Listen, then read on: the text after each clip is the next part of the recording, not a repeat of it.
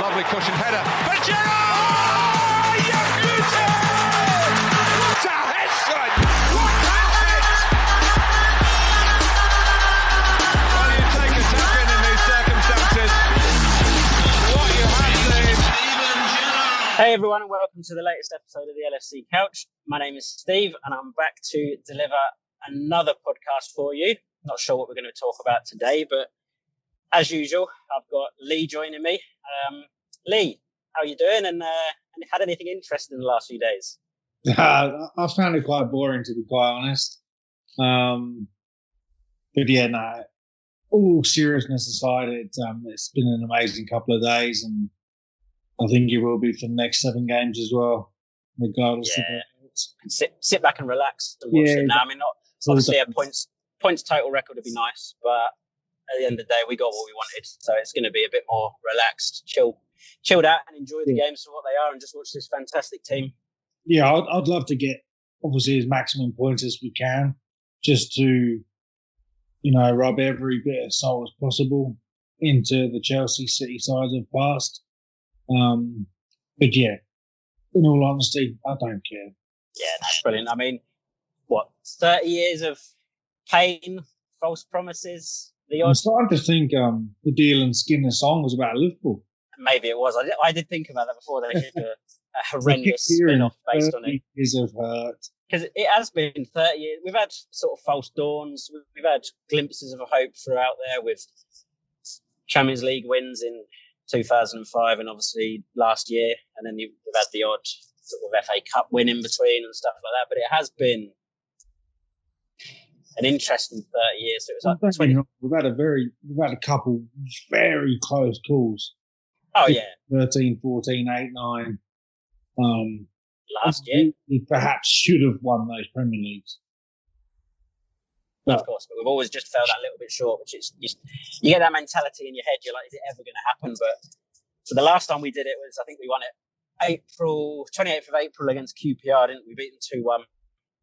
1990, so both of us would have been 7 years old. So I'm not going to sit on here and say I remember it in great detail or what a memory. I vaguely remember us winning the league, but I couldn't really tell you much about it. Do you know what?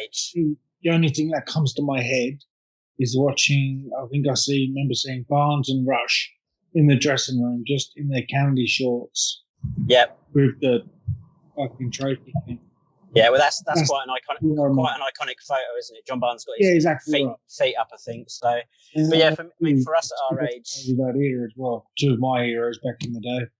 Yeah, so we didn't really get to enjoy the league win for what it was back in the 90s. Obviously, we've got a lot of older fans who've seen us win many league titles, so I class this as my first real league title. Yeah, so Terry's mentioned. Terry remembers it. Graham will remember it, but again, at that age, did they really get to enjoy it and embrace it for what it is? And at that time, when Liverpool were winning titles, not every year, but most years, winning European Cups, winning FA Cups, I don't think any Liverpool fan at that point, 30 years ago, said or thought to himself, we've got to make the most of this league win because it's going to be 30 years until we win it again. So it'd be interesting to see, because obviously everyone who was enjoying it at that time, I'm sure they thought there was another one around the corner. And you sort of, maybe they were taking them for granted because we'd won so many. But to then go 30 years, ridiculous. Yeah, but when you look at that group of players, they weren't mugs. They weren't just a flash in the pan team. Barnes, Rush, Mulby, Whelan, Robert Hansen. But these players were a cornerstone of success. Yeah. And then just nothing until the new era of Fowler, McManaman. Yeah, I mean, obviously, the Cup was next in 95. We know what happened. Some tragedies around the club, of course, and stuff like that. And Kenny went through a lot of stress himself, and then he stepped down, and that sort of signalled the end of it, didn't it? I mean, we went through a period with bloody Graham Souness as manager, which was a real low point as a Liverpool fan. On the FA Cup. Yeah, we did, but we were still shy. Beautiful candy kit. Yeah, that was good. But that really was the downfall there of the club. as much as Souness is a legend for the club, it just didn't work out for whatever reason as a manager, and brought in the wrong players. Some of the others were aging, and we went sort of down from there, and it's taken a long time to get back. Like we mentioned, there's been some very close moments. As you say, we named like last season, you got 2008-9 with Benitez, where we should have won that realistically, but we drew too many stupid games. You got 2013-14, where we all know what happened there. So we've been close, but to finally get over that line, I mean, I don't know how you feel about it, but it hasn't really sunk in for me yet. I mean, I know it's a weird one because I'd made my mind up in January that the league was done. So, but in my head, I thought the league is done. I hadn't officially gone out there and said it because you get shot down straight away because you're like, oh, don't jinx it. But in January, I'd made my mind up that the league was done. And then the Man United game, that was the one where everyone sort of vocally announced that they thought the league was done, But to then go through the whole season being suspended, the pandemic and everything, and I always thought the league would come back, but there was always that element of doubt. And as much as people loved it, they kept trying to promote it, that it was going to be a null and void season and everything. So there was always that shit. If this doesn't come back, and we've come that close, it's going to be horrendous. So to now finally get over that line, I keep looking at things and I'm like, wow, it's actually happened. So I don't know if you feel the same. Yeah, well, obviously we had the pandemic, and obviously United, Everton, City, all these fans wanted null and void for obvious reasons, and we were already unbearable after the Champions League last year, and nobody wanted to see what would happen once we entered this 30-year demise of the league championship. So, look, the one thing that reassured me was when PSG were awarded the French league. That got cancelled. They got awarded the League title. I think they're only 9 points clear. Yeah, we were 25. I mean, if it was cancelled and given on a points per game basis, we were getting the trophy. But to actually come back from the pandemic, play behind closed doors, shit game against Everton. The Palace one was when, okay, this is done. We've won this. Yeah. And I think, like you said about the PSG scenario, they did the same in Belgium as well, didn't they? Yeah. Because Mignolet got awarded the title there. Right. Yeah. Yes, I think we would have still been awarded the title, but there's this whole asterisk talk. There would always be that thing that you never actually secured the title. Yes, we haven't finished the league now, but we've secured the title. No one can touch us. No one can catch us. I think that's the big difference. I mean, look, if they'd have gifted us the title, I'd have taken it. But there'd always be that little thing there that everyone would love to remind us. And even in the back of my mind, I'd have thought, we didn't actually get guaranteed points. Oh, yeah. Like, I don't get it. Like, if the season would have been cancelled and we're 1 point clear and we'd have been given the title, okay, different story. But we were 8 games ahead of Man City when the season was postponed. Like, that's a big difference. That's not massive. Something you can make up in the next couple of games. You need to win every game, and we need to lose every game for you to essentially have a chance. Yeah, which obviously is possible, but of course it is. Chances of it happening? Nah. I mean, look, at the end of the day, if anyone wants to downplay our season and say, oh, well, you won it the year, it wasn't a proper season, there was the break, there's the behind closed doors games. We've come back, and all we've had to do is win one game in that period. There were... So we've got 31 games. So there was 29 games played before the pandemic suspended the season. So in 29 games, we've done enough under normal circumstances to be 25 points ahead, 22 once they won their game in hand, to then only have to go and win and draw. So win one game, draw one, which we didn't even need. We could have lost the Everton game as it happens because of City losing against Chelsea. So for anyone to downplay it, I mean, look, it's one game. Yeah. It's come down to one game, and the teams are still playing. It's not as if like a lot of teams in the Premier League have had to put out weakened teams because of players having it. It's all been well managed. The other countries are doing it. Germany are doing it successfully. Spain are doing it successfully. Yep. Italy are doing it. So I just look at it and say, well, look, this is just fans of other clubs who are just desperate to play down what we have achieved. They're desperate to just live in that dream that this league title doesn't count, because as soon as we won this league, it stopped all their bullshit of you've never won the Premier League, you haven't won the league for this and that years. Well, fuck you, we've just won the Premier League now. But what's funny as well now you've got United fans saying, well, it's 13-1. Well, it's like, hang on. If you're saying you started at 92 when the Premier League started, well, that was the Barclays Premier League was when you won. Exactly. We won one as the new Premier League, so you've got none.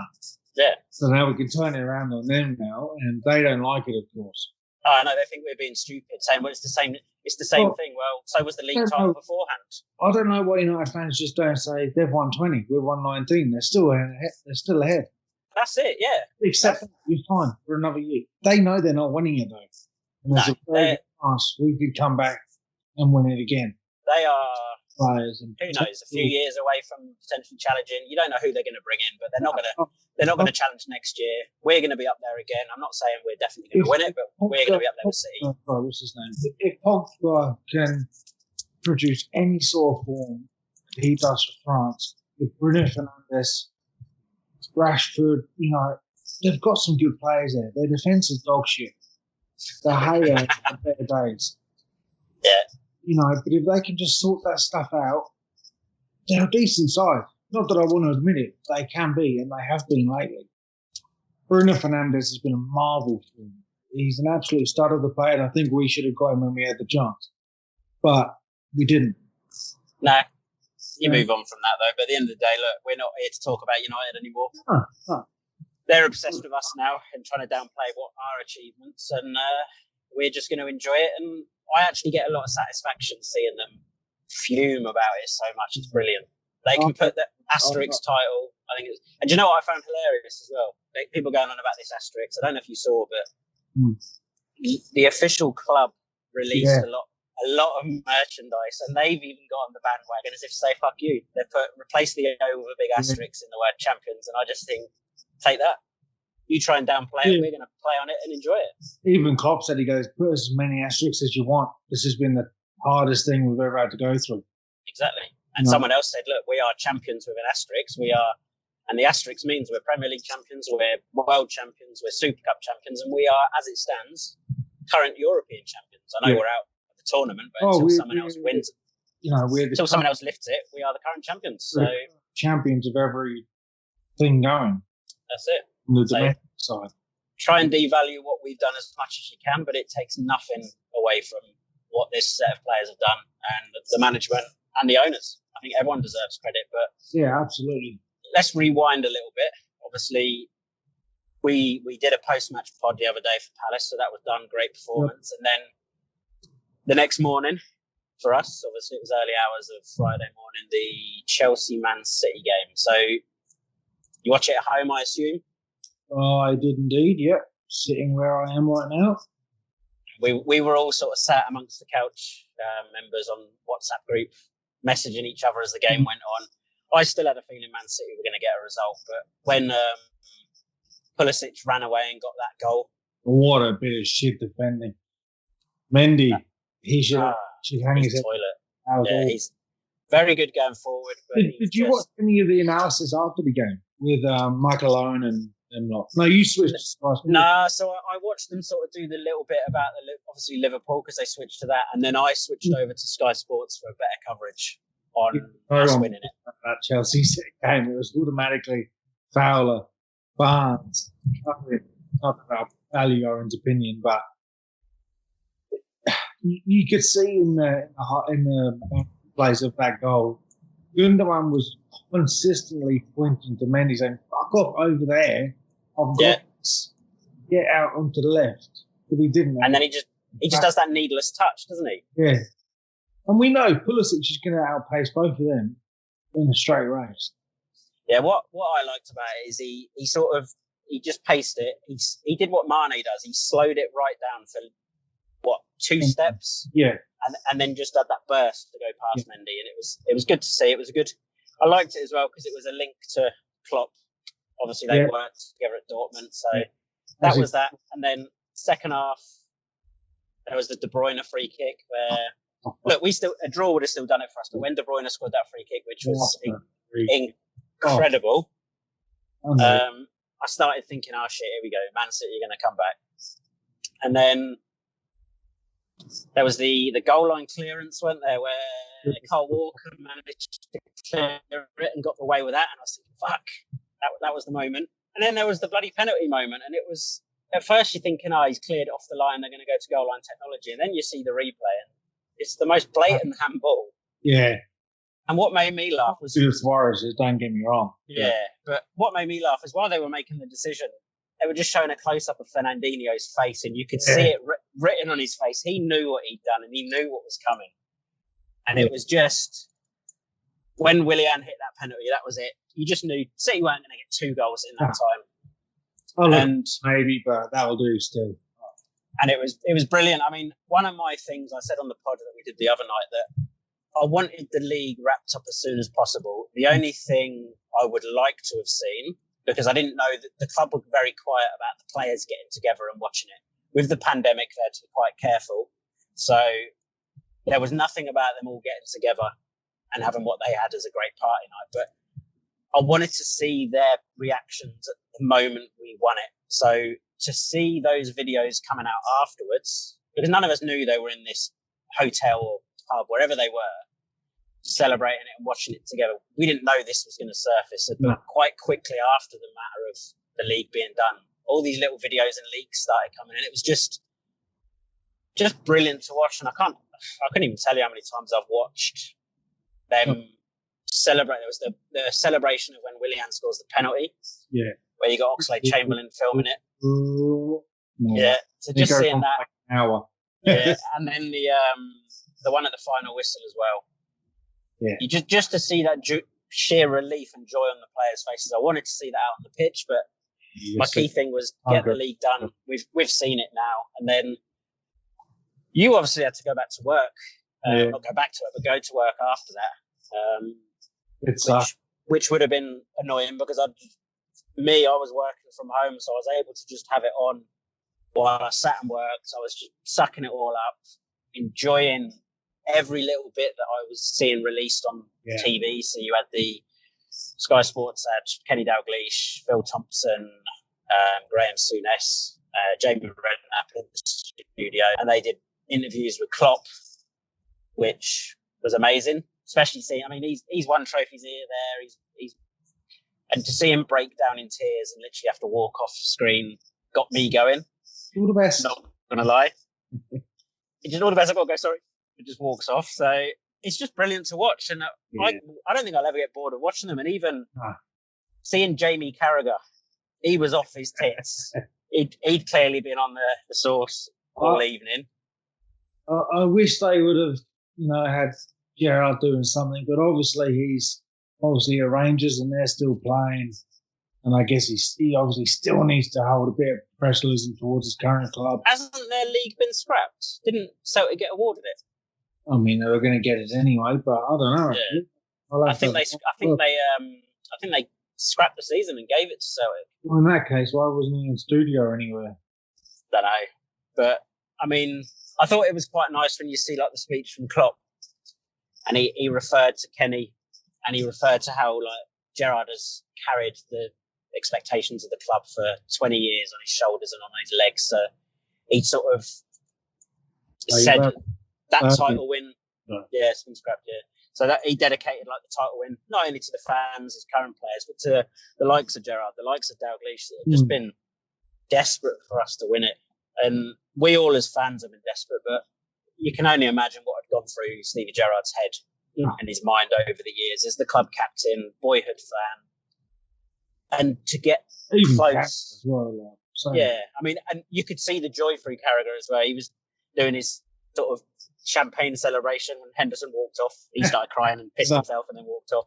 Carragher was smashed. And if there's a lot of footage from down the pier, for the last couple of days when they've done, all the Liverpool fans were down there celebrating. And Carragher was just strolling around with cans of beer in his hand, celebrating with the fans. Still in the same T-shirt from the night before. I want the T-shirt. You want it? Yeah. Yeah, so that's from Transalpino, isn't it? I've got no idea. The mob who did it. So Transalpino are the ones who came. The main guy from Transalpino came out with Jamie Webster to Australia when they came out earlier in the year. So, and the main guy jumped on the pod with Nick and Pete when they did the pod with Jamie Webster. So he's a good bloke. I had a chat with him when I was there. So it's a great T-shirt.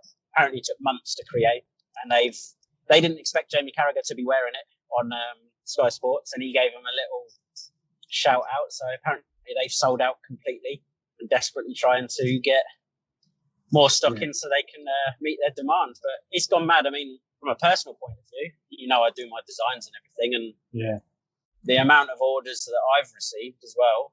I mean, I did have my Champions T-shirt out there a little bit before it was officially done. Yeah. For other reasons, which I won't go into, but and there was a few orders coming through, but since that Man City Chelsea game and us officially been awarded it, it's been mad, all the orders that are coming through. So I can only imagine what some of these mainstream ones have been like. So, imagine what fair play. Job's going through, like they'll be getting smashed. They'll be making some serious money. They've actually regurgitated a lot of the Champions stuff from the Champions League last year. Yeah, I've noticed it's quite similar stuff. Like the flag, I don't know if you've seen the flag I put up outside my house. I got given that as a present after we won the Champions League last year. And it doesn't specifically say European champions. It just says champions on it. And then I sort of said, I'll keep that because that's going to come out when we win the league because I've got it for Christmas. And I put it up and I was looking at it and the style of writing's exactly the same. They've obviously, the new ones now say Champions 1920, so they've added that. But they've been able to sort of use that same format again, which is obviously easy for them. But it is lazy, but I still like it. I've liked that every interview Klopp's done since as well. He's been wearing the Champions hoodie. He looks weird in the actual. When he did the one straight after we won and he's in the actual home shirt, it looks funny. But no, he's done the recent ones in the hoodie, and then Jordan Henderson did one, which was on Optus Sports as well with Spoonie, and he's in that hoodie as well. So they're all loving it. I mean, say what you want about Jordan Henderson over the years, he's received so much stick from Liverpool fans, from other fans and everything, but look at him now. He's lifted the Champions League June last year, and 12 months later, a little bit more than 12 months, but still June this year, within that time, so he's done the Champions League, he's done the Super Cup, he's done the World Club Championship, and he's lifted the Premier League. So don't get me wrong, of course it's a team sport. We all know that, but I mean, as the captain, like Gerrard was, you're the one that gets pictured lifting the trophy. So there's a lot of onus on you as club captain to do all the interviews, all the media for it. Don't get me wrong, the other players get their timing and shine as well, but it falls on your shoulders if you are to lose the final, or Gerrard did with the leagues that we didn't win. You're the one that gets interviewed. You're the one that's got to front it for your team to the media. And even as Liverpool fans, we've given him his own fair share of stick for not performing in his early years, probably because we were so used to Gerrard pulling the team with him. But I think he's finally come out in the sun and proved himself as a player he is, the key player that he is, and the quality captain that he is. Yeah, 100%. I mean, you mentioned it there about the losing ones. Like, I mean, as captain, so what, we've been to the League Cup final and lost that. Yeah. The Europa League final and lost that. The Champions League final and lost that. And that's all under Henderson's captain. So he's had to go through that. And he's, like you say, he's the one that has to front that. He's the one that has to deal with the media and stuff afterwards. And it must be, again, I mentioned at the beginning of the pod, the amount of near misses we'd had with the league, you start to think, are we ever going to do it?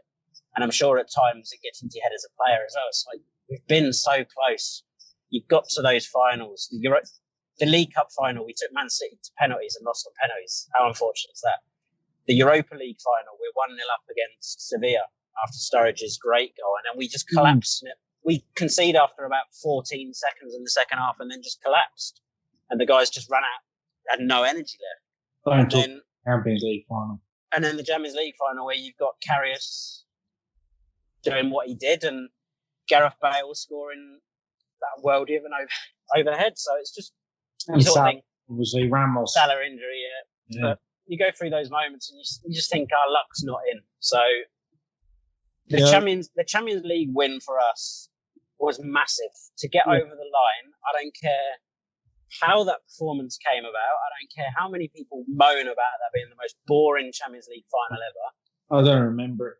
We stood there for bloody hours waiting for it. And it was early hours of the morning, and we'd had a bit to drink, and just to get over the line and finally lift that trophy for us as fans is massive. And then I think for the squad to finally get over the line and lift that trophy, it just, I think, lifted that burden on their shoulders straight away. And I think to go now and win the Premier League as well lifts it even further, because it's always been, the Holy Grail has been that Premier League. So to finally get over the line and not just to scrape to it. Yeah. We haven't done the Liverpool thing and just scraped our way to win it. We've won it 7 games from the end of the season, which no one's ever done before. But no one's even done 6 games. No, exactly. The best was 5 before, which quite a few clubs have done. So to do it with 7 games remaining is phenomenal. And then the potential amount of points we can get to is ridiculous. I mean, look, we've said it before. The main thing was the title. If we could, here's a question for you. Do you think now the league's wrapped up and done, do you think Klopp will focus on smashing the remaining games and try to break the points total? Or do you think, with next season in mind and the fact that this season's going to go on later than normal and there's a lot of games coming thick and fast, because the mid-season or the out-of-season break's going to be a lot shorter due to the delay to end of this season, do you think he will rotate it a lot more now? So you'll see the likes of Harvey Elliott, you'll see the likes of Nico Williams, you'll see the likes of Curtis Jones, you'll see Divock Origi getting more minutes. Do you think he'll do that route, or focus and try and just power through? I think he'll do a bit of both. I think this team and the coaching team, of course, it's been instilled in them to fight for everything possible. Now, whether it's Divock Origi starting or Bobby Firmino, whether it's Dejan Lovren or Virgil van Dijk, I think this team aren't designed to take the rest. Now, we spoke about it on the last pod, the relentless counter-pressing and the consistency in the squad. As I said, we saw Nico Williams coming on, what he can do in that little cameo he did. Now, I think Klopp, of course, will still want to win every game. He doesn't want to go out with the whimper. And I think there's like 3 players that have played that aren't guaranteed a medal yet, which is Harvey Elliott, Williams, and Curtis Jones, maybe? Yeah, probably, because Curtis Jones, I think, came on, didn't he come on away against Bournemouth or somebody like that? It's something along those lines, and I think they need a couple more appearances, so I think he will do his best to get them their medal. Yeah. They'll get what I think he's going to do, I think he's going to go for it, to try and, not necessarily just to break the points record. I mean, if that happens, it happens. But he'll want to finish the league or the season in as strong a form as possible. Of course. But what I think, because we have now the ability to do the 5 substitutions, I think what he will aim to do or hope to do is get a big enough lead in those games early enough. Because look, City's our next game. I think we're going to go out full strength in that. We're going to do everything we can to make a sort of statement in that game as well.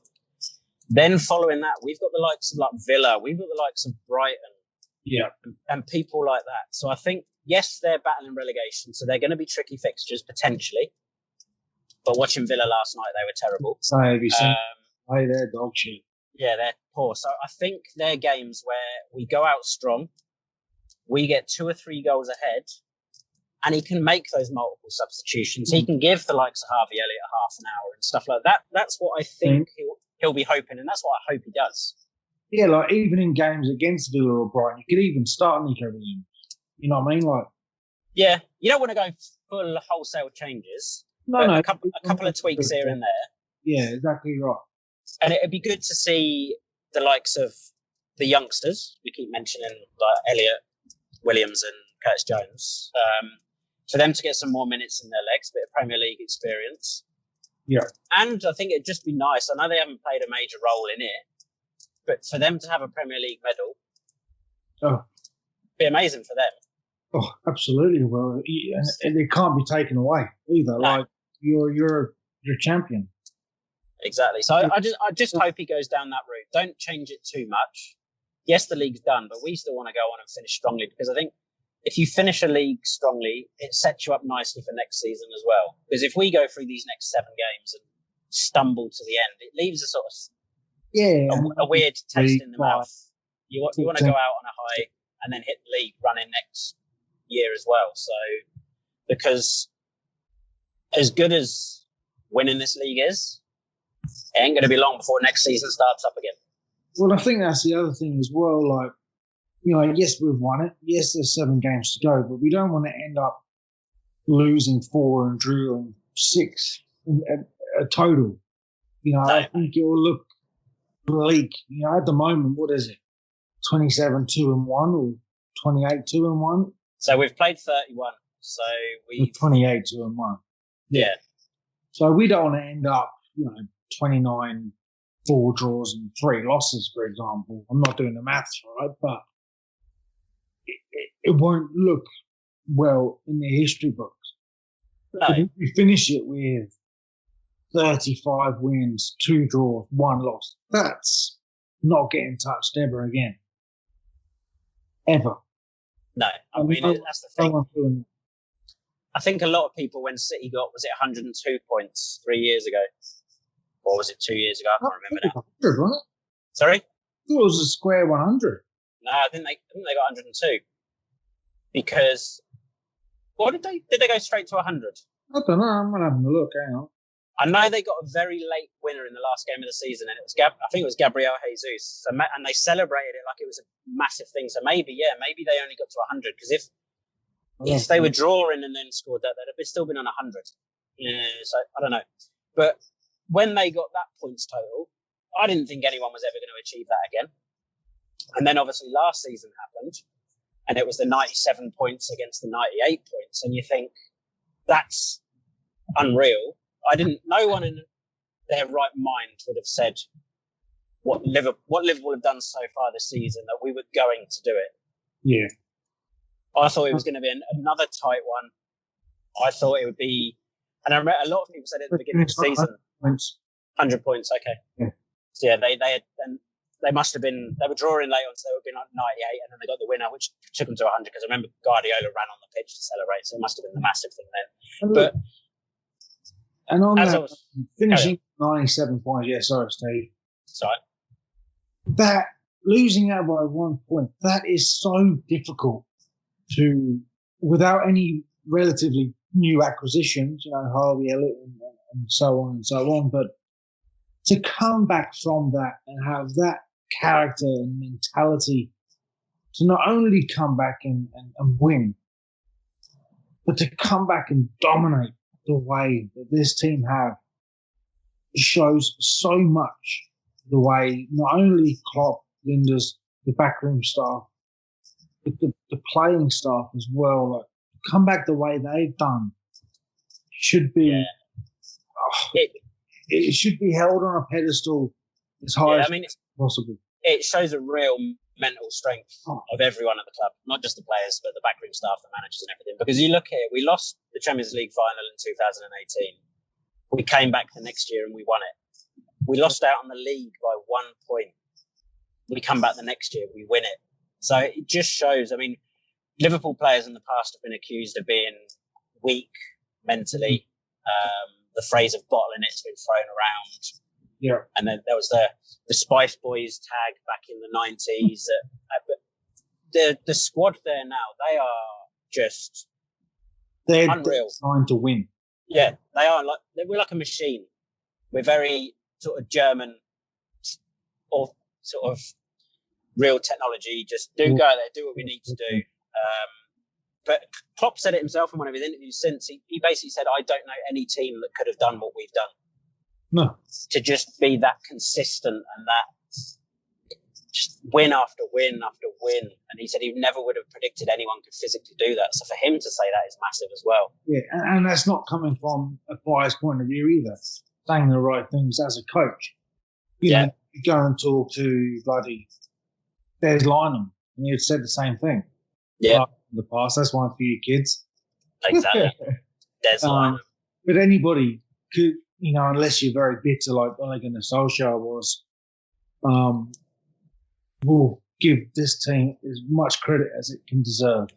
Yeah, I think even there's players like a lot of players with Man United links, like Rio Ferdinand's actually been given quite high praise to us. He said, as much as I hate it as a Manchester United man, I've got to be honest. And how funny was it when he was talking to Verge?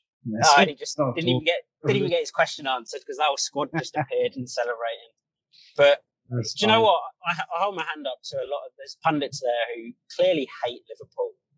Yeah. But they're not. They haven't tried to undervalue what we've achieved. They could quite easily, like the rest of them, it's the season of this, it's that, asterisk this, asterisk that. But Rio Ferdinand's been brutally honest and said, look, you've got to hold your hands up. That's brilliant. What they've achieved is phenomenal.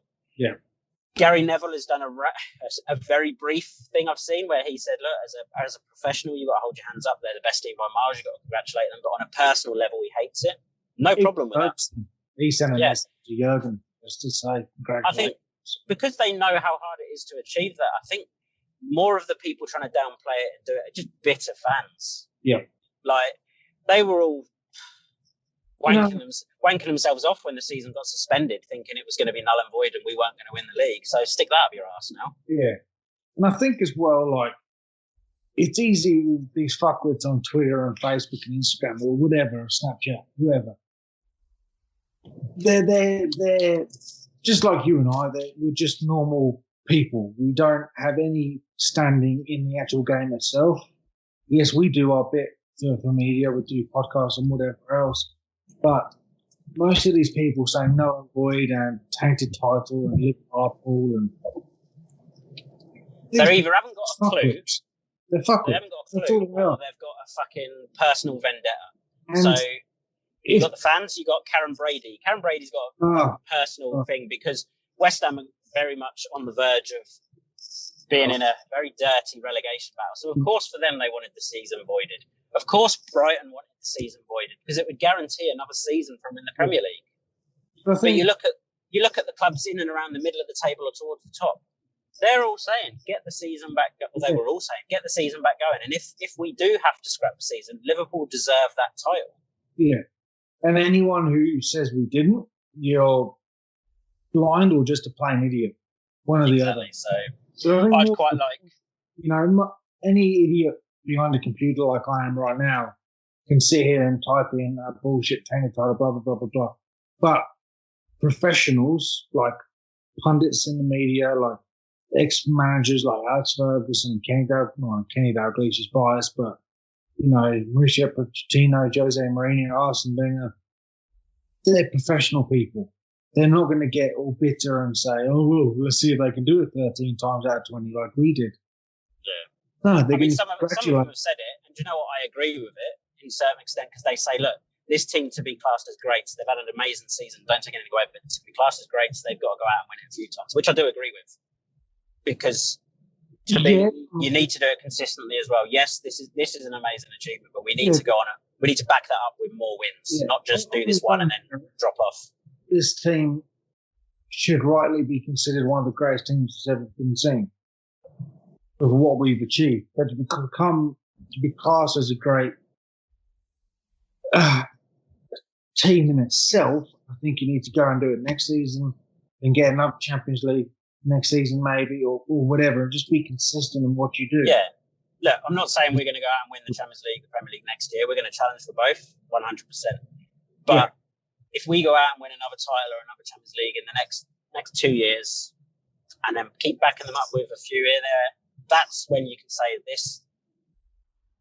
they are great for what they've done. They're going to be legends forever in Liverpool because they were the first team to finally go and win that title. But again, I still think we need to back it up with some more. And I actually found it, talking about people who have been quite bitter in the past, who clearly hate Liverpool. Wayne Rooney has been interesting to me lately with quite a lot of his articles that he's written. And he's been very high of praise for Liverpool, which I know must hurt him. But he's realistic now. He's not bitter about it. He's just saying, look, they are the best. Even before the season came back, he was like, Liverpool have to get that title. It wouldn't be fair for them not to get it. And then there was an article last week where, because Klopp has said in the past that he doesn't think that a team will go on to dominate like Man United did and go on and win so many Premier Leagues in quick succession in a short space of time. But Wayne Rooney has actually come out and said, if Liverpool keep hold of Jurgen Klopp, you can go just like we did at Man United. Yeah. And that's an Everton player, an ex-Man United player, to come out. Probably came through gritted teeth, but he's right. So... yeah, definitely. And most people should be saying that. No, whether you're, Everton, United, City, whatever you are, should, give it full respect it deserves. This team, from narrowly missing out last season, has come back and just obliterated every team in its path, besides Watford, which is ridiculous. I thought that game was coming. It had been coming a few games anyway, but we got it. It happened. We moved on. We still won the league. Who gives a fuck at the end of the day? I mean, look, it would have been nice to be to do the invincible thing, but step by step, look, our first priority, win that league. Yeah. Who gives a fuck about anything else? That's all we've been desperate for it for years to finally get it. In the manner we did, it wasn't the way we all wanted. As we've said a few times, we'd have all wanted it in an ideal world at a packed Anfield Stadium where we go on and smash somebody. They have that moment on the pitch with the fans, celebrate it. But this isn't a normal season now. So I still loved it. The season's wrapped up. We still got to see the players celebrate. I've still cried a few times. I'm not going to lie. I'm not going to. Just watching, there's been not even footage of the guys celebrating. There's been other little clips that have come out, like videos. There was videos where it's sort of narrated by Jurgen Klopp at the beginning, and he says, "We are champions of England," and then "You'll never walk alone" starts. Yeah. I mean, I'm getting goosebumps now just talking about it. Yeah. It really gets to me. And then there's another one with the dad and the son. Yeah, the little animated one. Yeah. Absolutely brilliant. And that actually got me quite emotional because a really good friend of mine lost his dad last year, and it really related to him. And he then shared it on Facebook sort of in the morning when he woke up, and I just thought that must cut deep for him. And then there's another one as well, which I'll give a shout out there for Steve Healy. Big love for him at this time. But there's another video by BT Sport, and it's showing everything that's happened since we won the league, and then it's showing, but it's intertwining Klopp in his progression through football. I don't know if you've seen this one yet. No, I'm not sure if I have. So it obviously shows us winning the league, and then it goes through like United winning it, Cantona and all this, and then you're seeing Klopp as a player, and then you're seeing Klopp at Dortmund winning titles, and then you're seeing some of the pain we've been through, and then it comes all through to the end of this, and that is a mate of mine who's a Man United fan even mentioned. He said it made him well up watching it, and I was like, "Are you feeling all right?" And he was like, "No." He said it was quite emotional because he loves Man United, but he's got German. I've got a few tears in my eyes here now as I'm talking. This is a bit bad, but he's got German relatives, and he's always followed Dortmund as sort of his team in Germany. So to watch, he's always had a fondness for Klopp, and as much as he hates to admit it, now he's a Liverpool manager, he loves Klopp. So he said just watching that progression as well, he said it in a weird way, it got him quite emotional. So if that has an effect on somebody who's a Man United fan, but he's a Luton fan, but then disguises himself as a Man United fan, and if that has that effect on him, think about what's going through every Liverpool fan's mind. I know or know of. No, you'd have met him on Graham's stag do when we went up to Liverpool. Liam. Who was it? Liam. Yeah, I know him. Yeah. Yes. So Luton Town fan, but his family are all Man United fans, so he's sort of their second team. But Yeah. he said it sort of got to him as well. So it's just amazing. Something. Speaking on the same sort of token, my brother Andrew, you know him obviously. Tottenham fan. He sent me a message. This is obviously from the same morning, Chelsea City. I messaged him just saying, "We've done it." And he goes, "Look, blah, blah, blah. It's gone off on Sky Sports. It's fine. I was reading them." And he goes, "Look, to be honest, even as a Spurs fan, I'm a footy fan and Liverpool have been in my family all our life. Always had a special place in my heart. I'll be honest, I've got a lump in my throat. And that got to me massively. And it's getting to me again now because, we've had our friendly rivalries, Liverpool, Tottenham, of course, Champions League last season. Yeah. And he knows how much this was for me. And it has been for every Liverpool fan, of course. But he's seen the heartbreak that I've had to go through. I've been in Scotland and I've been over here. Well, I am over here.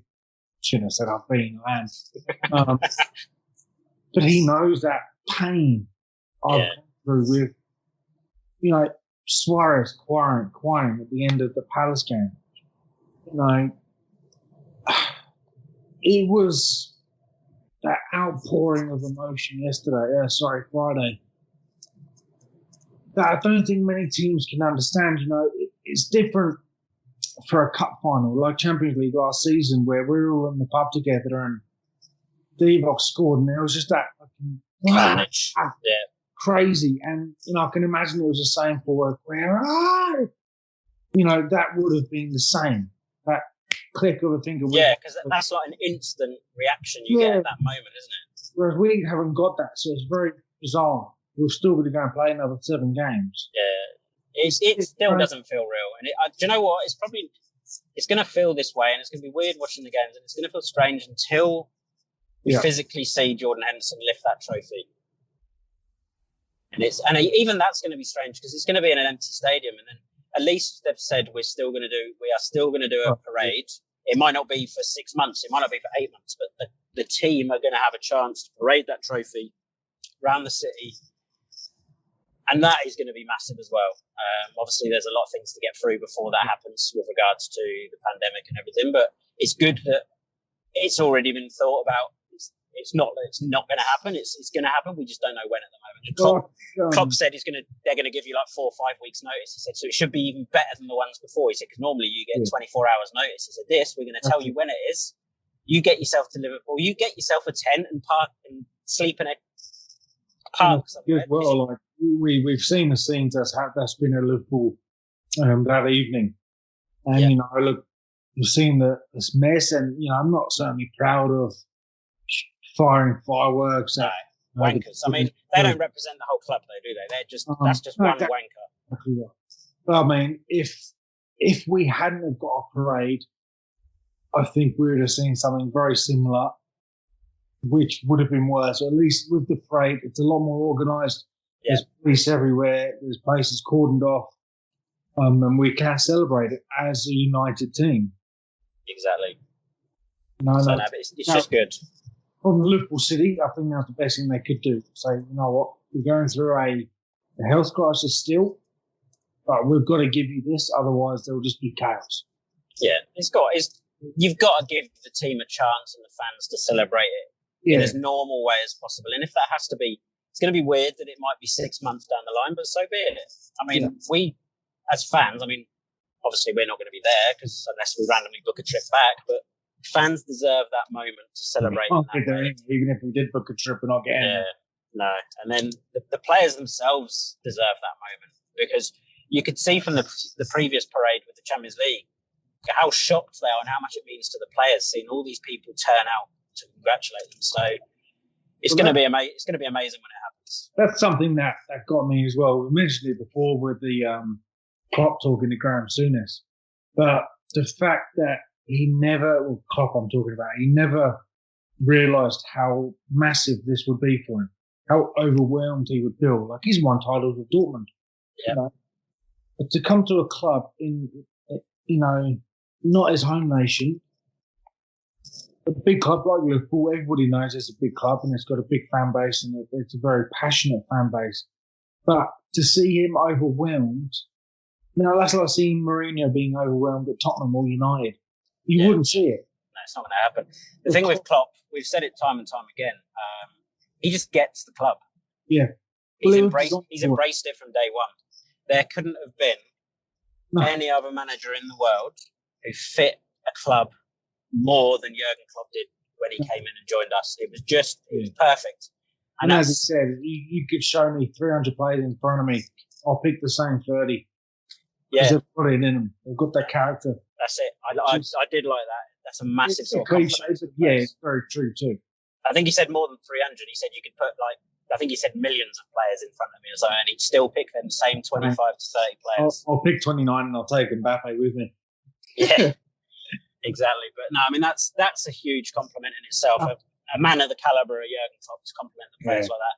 You can just see there's that unity there. Everyone's together.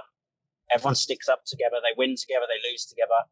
Klopp's one of the lads with him when need to be, but he's also that enforcer when he needs to be. And we can't finish the pod without commenting on his dancing either. Oh, what a man!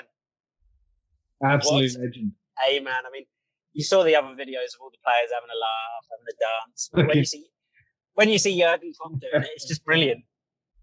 And he got questioned on it as well on the interview I saw yesterday, and he was, I haven't done it for years. I don't know how good it was, but it felt right. Nicer than I am football. But it's just brilliant. And I mean, it's similar to last season when he was on the bus getting pissed, doing that 1, 2, 3. Yeah, he's like one of the fans. Yeah, absolutely. Not only is he running the team, he's enjoying it as a fan as well. It's brilliant to see, and I hope he never bloody leaves. If he leaves, I'm going to be very disappointed. Say again? If he ever leaves, he will leave. Eventually, it's going to happen, isn't it? But it's just going to be gutting. I hope he leaves when he does, like he did with Ferguson, after winning everything he can, create a dynasty at the club, and he's left it in such a strong position that I hope he moves upstairs, basically. Yeah. Someone like equivalent of Moyes to come in and fucking ruin it all.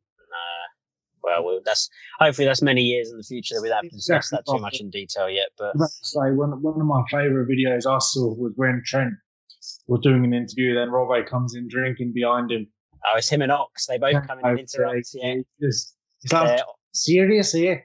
They're off their faces. And even Henderson, when he's doing an interview, you can hear it all blow. He's behind a screen or in a different room to everyone else. Yeah.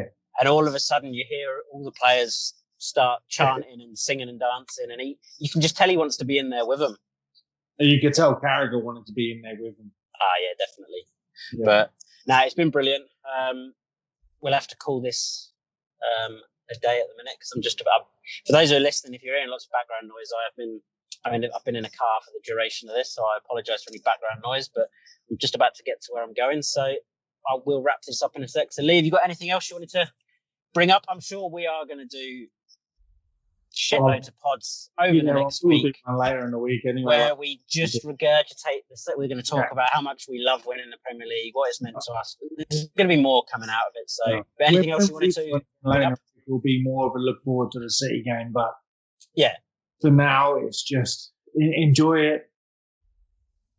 Just make the most of it as possible, and just ride this wave as long as we can.